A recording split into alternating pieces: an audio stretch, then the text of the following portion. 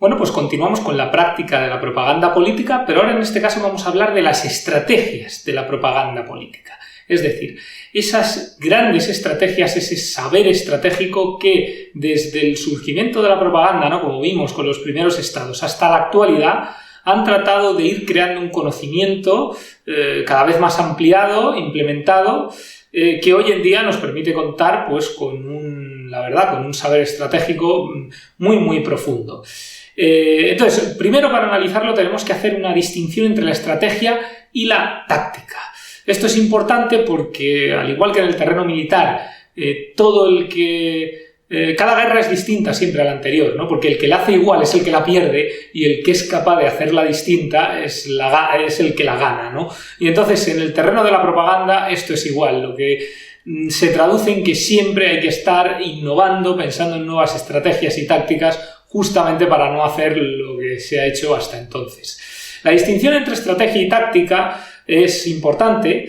Estrategia viene del estrategos, ¿no?, que en la antigua Grecia era ese general, comandante que se situaba en lo alto de la colina y ahí pues planificaba, ¿no? Podía planificar todo, digamos, la estrategia, valga la redundancia, de toda una campaña militar, ¿no?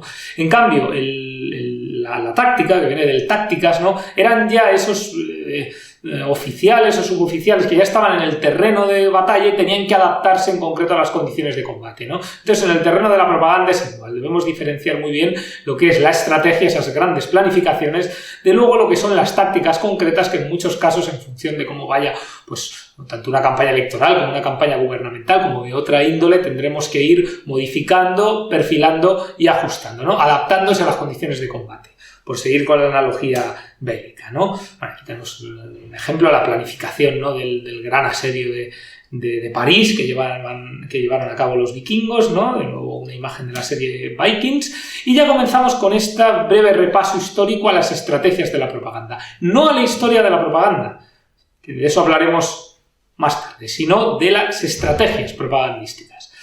Entonces, en primer lugar nos encontramos con los tratadistas históricos, digamos, lo que va desde el comienzo del surgimiento de esos estados en Mesopotamia, ¿no?, a finales del Neolítico, hasta más o menos finales del siglo XIX, principios del siglo XX, ¿no?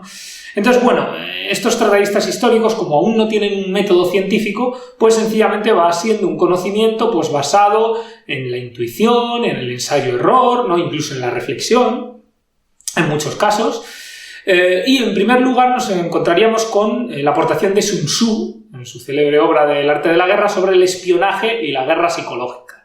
Sun Tzu es el primero que nos habla de la necesidad de obtener información, hoy en día le llamaríamos la inteligencia, ¿no?, la obtención esencial de información. El terreno de la guerra es espionaje, claro, y luego la guerra psicológica, ¿no?, esa actividad que ya vimos, persuasiva, de manipulación psicológica para anticiparte y desmoralizar al enemigo. En segundo lugar, ya viene de la antigua Grecia, la aportación de Aristóteles, que es la retórica. Aristóteles es el primero que plantea este concepto de la retórica en su obra Retórica como el discurso persuasivo, es decir, un discurso que ya no solo tiene la finalidad de crear conocimiento, sino de convencer al otro. Discurso, a su vez, dividido en tres partes: el etos, el patos y el logos. Luego ya iríamos a la antigua Roma, avanzamos un poco en el tiempo y nos encontraríamos con las estrategias de campaña de Quinto Tulio Cicerón, el hermano del célebre senador Marco Tulio Cicerón, ¿no? Porque Quinto Tulio es el primero que crea un manual de campaña, porque en la antigua Roma era un sistema pseudodemocrático y había elecciones a magistraturas, con lo cual él ya plantea desde esa época unas estrategias de campaña. Y en esta obra suya de las estrategias de campaña, el Commentariolum Petitione, si lo leemos hoy en día, yo animo a todos los que nos estén viendo a que lean este libro, verán que las estrategias son absolutamente aplicables a las campañas electorales de hoy en día. Luego después ya avanzamos en el tiempo, nos vamos a la Europa del Renacimiento y nos encontramos con Maquiavelo, del que ya hemos hablado, el padre de la ciencia política. En su obra El Príncipe, Maquiavelo ya nos habla del prestigio del príncipe. Como vimos, Maquiavelo decía que el poder era como un centauro con su parte animal violenta, pero también con su parte humana persuasiva. Entonces, para, digamos, que el príncipe logre el apoyo o al menos la lealtad de su pueblo, aparte de con el terror, también tiene que tener una cierta actividad de prestigio. Y él, bueno, Maquiavelo nos habla sobre todo del prestigio objetivo, ¿no? Es decir, por los actos, emprendiendo grandes empresas militares o llevando a cabo reparto de alimentos, en fin, es el prestigio aún objetivo. Luego ya llegará el prestigio subjetivo, que tiene que ver más con la comunicación. Pasamos de Maquiavelo a Ignacio de Loyola, que nos aporta la movilización y la infiltración.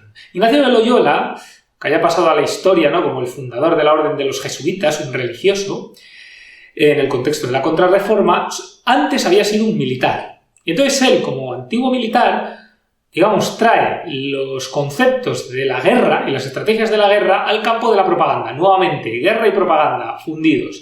Entonces, ¿qué es lo que nos dice Ignacio de Loyola? Primero, la movilización. Él crea en sus ejercicios espirituales, su obra más importante, esa idea de un auténtico lavado de cerebro, diríamos hoy en día, para convencer, para adoctrinar a los militantes. Es decir, crear una orden de militantes que estén dispuestos a sufrir y aguantar cualquier penalidad por la causa. Y luego ya viene la segunda fase, una vez adoctrinados esos militantes, que es la infiltración. Es decir, una vez son capaces de todo, infiltrarlos en mundos enemigos, es decir, enviarles pues un viaje de meses, pasar penalidades en el mar, llegar a zonas conquistadas a veces como América, pero a veces zonas enemigas como China o Japón, y ahí ser capaces de infiltrarse, es decir, de aprender el idioma, las costumbres de esos pueblos infieles desde su óptica, ¿no?, para poderles hablar al infiel desde su propia lógica. Entonces es muy importante este elemento de la infiltración, y estaría relacionado con la cita que ya habíamos citado en otras ocasiones, ¿no?, de Mao, de que el militante comunista tiene que moverse entre la clase obrera como pez en el agua, ¿no? Loyola, siglos antes, también ya nos habla de esto. Y por último hablaríamos del cardenal Mazarino. Mazarino nos habla de la imagen pública, ya aquí, el prestigio subjetivo, es decir, la máscara del poder. Mazarino tenía que moverse en una corte, esas cortes aristocráticas del siglo XVII, ¿no?, de la Francia del Rey Sol, que eran un nido de víboras con puñaladas y traiciones, y entonces el perfecto cortesano, de hecho en su manual, el Breviario para Políticos, habla de cómo ser el perfecto cortesano, y habla pues de esa máscara del poder, cómo tienes que, digamos, maquillar tu corazón, casi como se maquilla un rostro, y justamente que la imagen que proyectas es casi más importante que en el fondo lo que tú eres en realidad. Bueno, tenemos aquí una imagen, ¿no?, de Aristóteles, ¿no?, el creador de la retórica, una escultura, y ya llegaríamos a la propaganda científica. Estamos ya a comienzos del siglo XX, fijaros ya qué salto en el tiempo hemos pegado. La propaganda científica llega, digamos, la personalidad esencial es Sigmund Freud y toda su escuela, digamos, de psicoanalistas, que comienzan a reflexionar sobre el fenómeno persuasivo de forma científica, a través de la psicología de masas, el psicoanálisis. Y luego de que se produzca la Primera Guerra Mundial, los fascismos y los totalitarismos, y la Segunda Guerra Mundial, que muestra hasta qué punto la propaganda es capaz de llevar al ser humano a lo peor, ¿no?, a matarse, a abrazar ideologías delirantes, y entonces la propaganda requiere un fenómeno ya aplicando un método científico. Entonces, aplicando este método científico, basado en estudios de opinión pública, estudio en fin, de la persuasión en tanto que modificadora de actitudes, ¿no?, nos va a dar ya un cuerpo doctrinal para el estudio de la propaganda. Entonces, al final de la Segunda Guerra Mundial, después de todo este apocalipsis, ¿no?, diríamos, va a haber un autor, un francés, Jean-Marie Domenach, que sintetice, digamos, todas estas enseñanzas de la propaganda ya científica moderna en 6 reglas. Y entonces las vamos a citar porque es casi un manual muy, muy sintético y que, por supuesto, aconsejamos la lectura. Es un libro que se llama La propaganda política. Entonces, él habla como 6 reglas principales de la propaganda que han servido tanto en la actualidad como en el pasado. Entonces, la primera es la regla de simplificación. Simplificar un enemigo. Es decir, un mensaje... luego esa es la siguiente, el enemigo único. La primera regla es la simplificación, es decir, simplificar el mensaje. Lo más absoluto, el mensaje tiene que ser conciso y, a ser posible, reducirse a un eslogan. Por ejemplo, libertad, igualdad, fraternidad, Veni, Vidi, Vinci, es decir, yes, we can, ¿no? Un mensaje, un eslogan, que la propaganda sea muy simple para llegar a todo el mundo. La segunda, la regla del enemigo único, que es lo que estaba diciendo antes. Porque además Domenach las agrupa las dos, ¿no?, en muchos casos, porque están relacionadas. Fijar un enemigo único. Todos definimos lo que somos en base a lo que no somos. Entonces, la mejor manera de decir quién soy y por qué molo, digamos, es decir, quién no soy y quién es el enemigo. Siempre un enemigo único y concentrar contra él todos los argumentos. La tercera regla es la de la exageración. Desfigurar, exagerar tanto las fortalezas de nosotros como las atrocidades, digamos, o los elementos negativos de ese enemigo. El enemigo en propaganda electoral, pues a lo mejor sería el adversario, ¿no? Pero al final es lo mismo. Luego la repetición orquestada. Hay que repetir. La célebre frase, ¿no?, de la técnica del martillo pilón, ¿no? Machacar, machacar, machacar. Pero claro, para que esta repetición no sature, hay que orquestarla. Y orquestarla es lo que en el mundo hoy en día del marketing se conoce como targetización. Es decir, el elemento de ir dirigiendo los mensajes a diferentes públicos y de diferentes maneras. Esto Domenech hace la metáfora de la gran orquesta, como un canon, ¿no? La melodía siempre es la misma, pero primero se entona pues, un solo de flauta, la percusión, los violines, etcétera, ¿no? Pues eso, ir orquestando la propaganda. Luego estaría la regla de la transfusión, que esto es que la propaganda siempre tiene que actuar sobre un sustrato preexistente. Volveríamos a lo de la movilización de Loyola y la idea de como pez en el agua al militante comunista de Mao Zedong, ¿no? Es decir, hay que actuar sobre un sustrato, una mitología nacional que ya existe, unas costumbres, filias, fobias nacionales. Siempre el propagandista tiene que conocer, ¿no?, a su público. Y la última sería la regla de la unanimidad. Es decir, como digamos, esto viene de la comunicóloga alemana, Noel Neumann, que hablaba de la espiral del silencio, ¿no? Es decir, que todos tenemos mucho miedo a quedar aislados y en el fondo eso nos lleva a seguir, digamos, el pensamiento mainstream, diríamos hoy en día, mayoritario. Entonces, por eso es muy importante que el propagandista siempre proyecte unanimidad, es decir, lo que yo pienso es lo mayoritario, se está volviendo mayoritario y si no te sumas a la ola te vas a quedar convertido en un marginado. Bueno, tenemos aquí la imagen, ¿no?, de Sigmund Freud, el padre, diríamos, de este pensamiento propagandístico y psicológico científico. Y luego ya por último, las nuevas visiones que ya vienen en la década de los años 70 del siglo XX ya hasta la actualidad, bueno, vienen determinadas por el auge de la globalización, la llegada de la televisión como medio de comunicación de masas, posteriormente de Internet, nuevos estudios ya casi más psicológicos incluso que sociológicos, la llegada del Big Data, ¿no?, que permite conocer un caudal de información del persuadido casi mejor que él de sí mismo, ¿no? En fin, todos estos análisis, estudios de medios, de comunicación, van a dar lugar ya a nuevas estrategias más posmodernas, diríamos, que recogiendo todo el caudal de la propaganda de siempre, que ya hemos visto, pues añadan nuevas estrategias y nuevas perspectivas. La primera sería la agenda setting. Con el auge, digamos, de la televisión, estudiosos como McCombs se dieron cuenta de que ya no es tan importante el lanzar nuestro mensaje, sino, digamos, que los medios de comunicación hablen de los temas que a nosotros nos interesan. Entonces se habla de la agenda setting, es decir, el posicionamiento de los temas. Si nuestro tema fuerte pues es, por ejemplo, los derechos sociales, pues independientemente de que el medio de comunicación vaya a hablar mejor o peor de nosotros, si conseguimos que hablen de los derechos sociales nos beneficiará.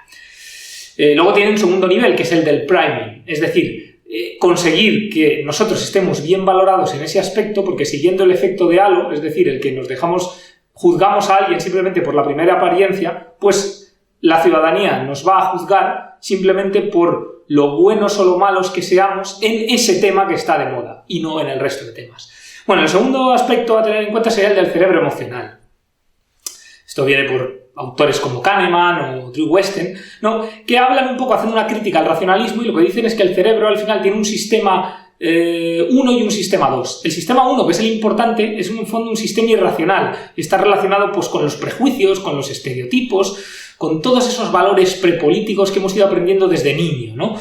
Y en cambio el sistema 2 es el racional, que está caracterizado por el pensamiento lógico. La clave, que es además en lo que Westen luego lo lleva al campo político, es que diríamos que la ideología no la elegimos, es decir, nos viene determinada desde que somos niños y de mayor ya aprendemos a justificarla, pero no la modificamos, a menos que se produzcan pues, crisis existenciales fuertes, ¿no?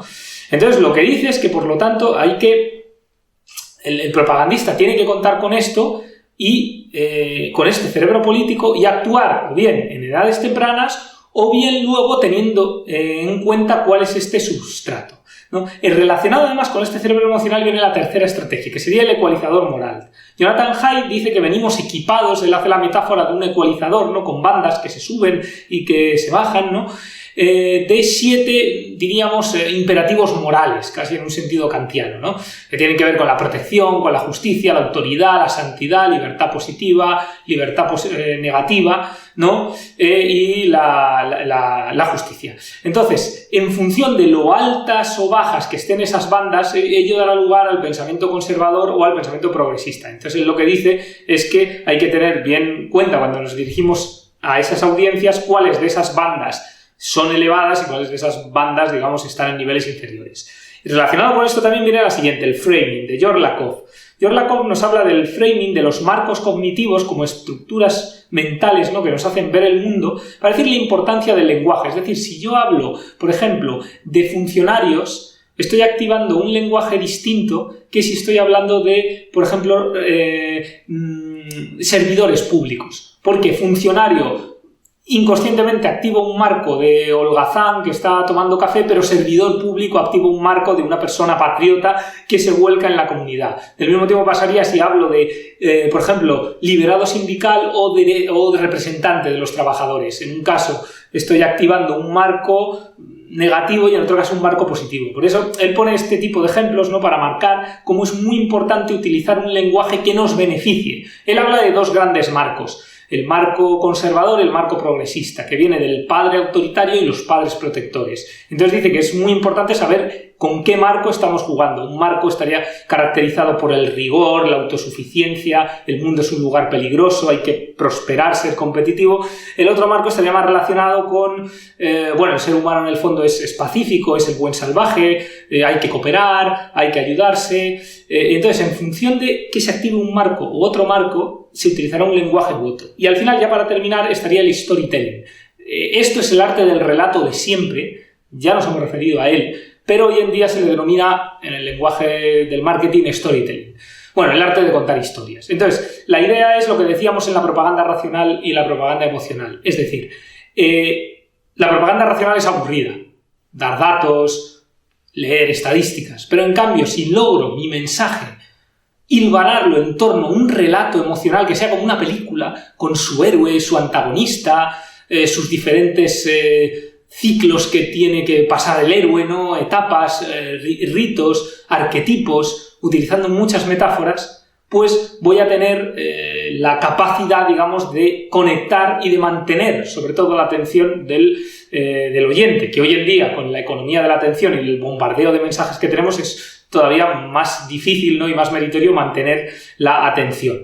Hay una obra que recomiendo, que es del francés Georges Bourdieu, que se titula La politique au pays de merveilles, la política en el país de las maravillas, jugando con el mito de Alicia, para hablar justamente de esta irracionalidad de la política, de este aspecto mágico-litúrgico casi.